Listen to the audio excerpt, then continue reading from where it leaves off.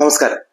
ലോകകപ്പിന്റെ ചരിത്രത്തിൽ ആദ്യമായി ഒരു ഡച്ച് എരഡിവിസി പ്ലെയർ പോലും ഇല്ലാതെയാണ് നെതർലൻഡ്സിന്റെ സ്റ്റാർട്ടിംഗ് 11 ഇറങ്ങിയത്. 56 മത്സരമായി അവർ ലോകകപ്പിൽ കളിക്കുന്നു. ആദ്യമായിട്ടാണ് ഇതെന്ന് ഓർക്കണം. അതുപോലെ തന്നെ മറ്റൊരു കാര്യവും ആദ്യമായിട്ട് സംഭവിച്ചു.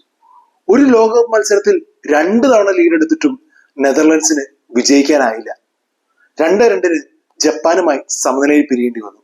നായകൻ വിർജിൽ വാൻ ഡൈക്ക് തന്റെ 13ാമത്തെ ഗോളാണ് നെതർലൻഡ്സിന് വേണ്ടി നേടിയത്.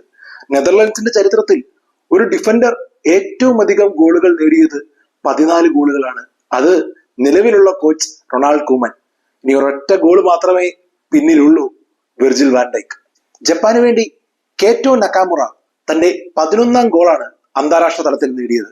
ഈ ജൂണിൽ നെതർലൻഡ്സിന് വേണ്ടി അരങ്ങേറ്റം കുറിച്ച ക്രിസൻസിയോ സമ്മർവിൽ തന്റെ 3ാം മത്സരത്തിൽ ആദ്യ ഗോളും കണ്ടെത്തി. ഡെയ്ച്ചി കമാഡയുടെ 88ാം മിനിറ്റ് ഈക്വലൈസർ ജപ്പാന്റെ ലോകകപ്പ് ചരിത്രത്തിലെ തന്നെ ഏറ്റവും ലേറ്റസ്റ്റ് ആയിട്ടുള്ള ഗോളാണ്.